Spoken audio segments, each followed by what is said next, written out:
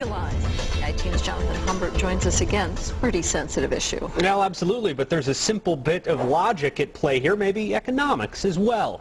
If there's a market for it, sell it. As we've shown, doctors and businesses are willing to go to extreme lengths to get people pot. So now a ballot initiative may change all that. Get rid of the backroom deals and antics and regulate marijuana.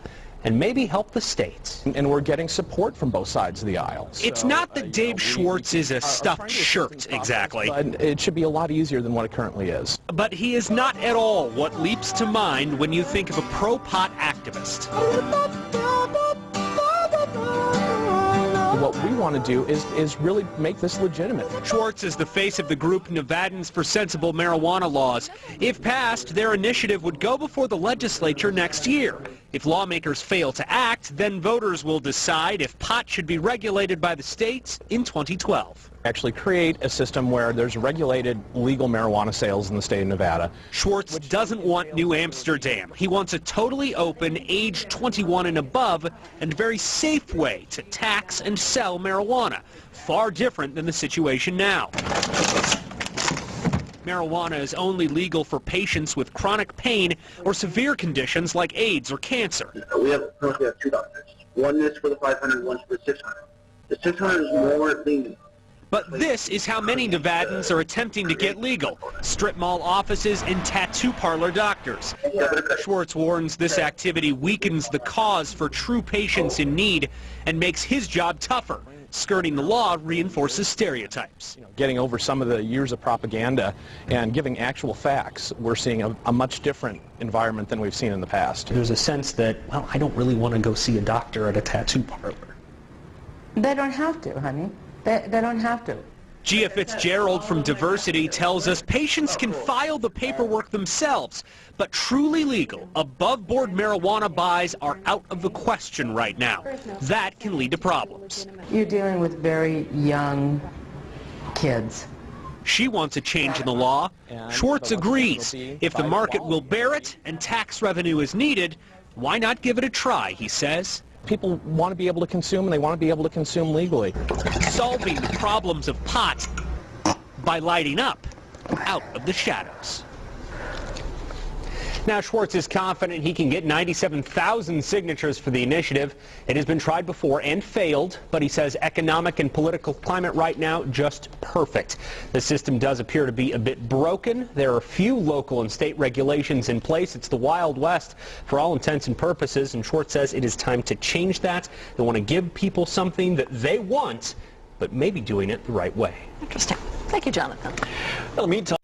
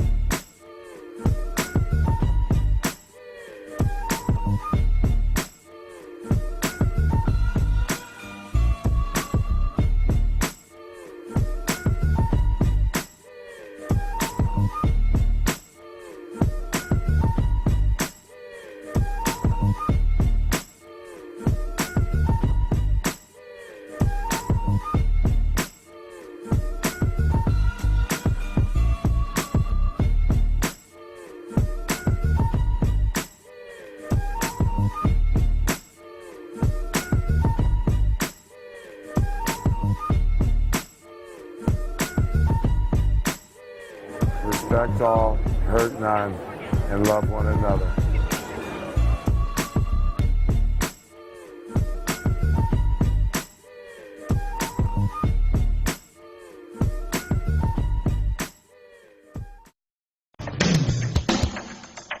It's a high-stakes gamble. I don't know about that. How letting people smoke pot I don't have a problem with it being legalized. could save lives and help the state's budget. So why won't lawmakers get on board?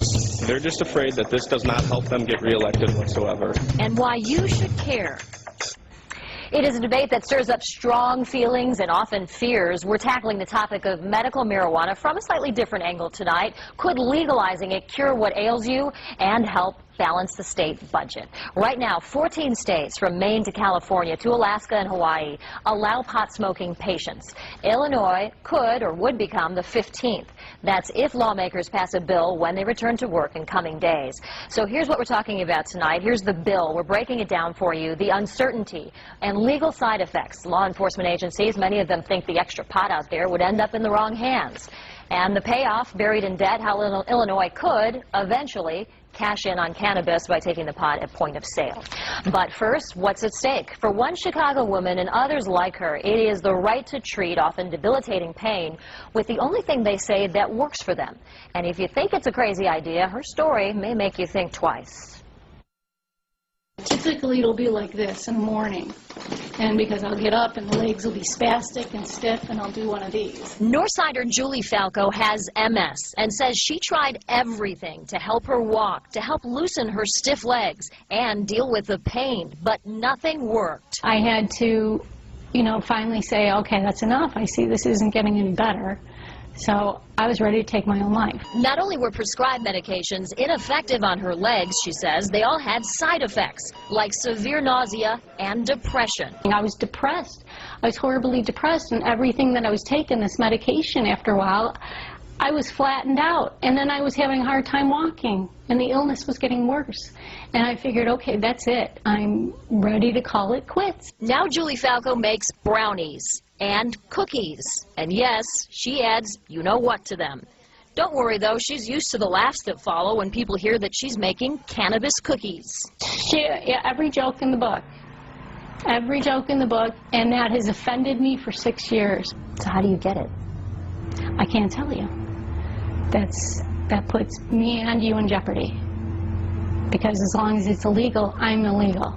Me, in my walker, I'm illegal. Now, for 6 years, she hasn't used another drug. She's pushing lawmakers to legalize marijuana, saying she's found the only thing that gives her quality of life and reason to live. There are other patients, I know they're in so worse condition, they can't make it to the Capitol because they're so in pain, and I know how that is. That's how I was 6 years ago.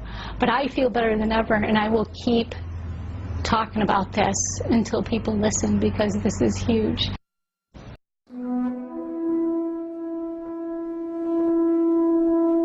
It would seem their efforts might be in vain. Please vote yes on the marijuana referendum. But they don't see it that way. Get out and vote and demonstrate your opinion, and we'll take it from there. Mason Tavert and Evan Ackerfeld are with a group called Safer Alternatives for Enjoyable Recreation. The organization is a nonprofit grassroots organization that was developed with the goal of educating the public about the harmful consequences of alcohol compared to the relatively safer yet illegal substance marijuana. Currently, this is a city that has a problem. It has a drinking problem. It's very clear that alcohol is leading to a lot of problems in the city of Denver, and we don't believe that the city's limited resources should be going towards arresting and prosecuting people for the private adult use of marijuana. Well, organizers hope to get more than 5,000 signatures by the deadline to get the issue on the November ballot. The group calling itself Safer announced today it has enough signatures to get their issue on the November ballot. Marijuana doesn't contribute to aggressive or violent behavior whatsoever. We look at those facts and we say, hey, nobody's ever died from it, so, we consider it a safer drug than alcohol. It's because there's no doubt that if adults used marijuana in this city instead of alcohol, there would be far less domestic violence, and that's just a fact. Mayor doesn't agree with you. Well, the mayor happens to be a drug dealer, but he is fortunate enough to... a drug dealer? Drug dealer?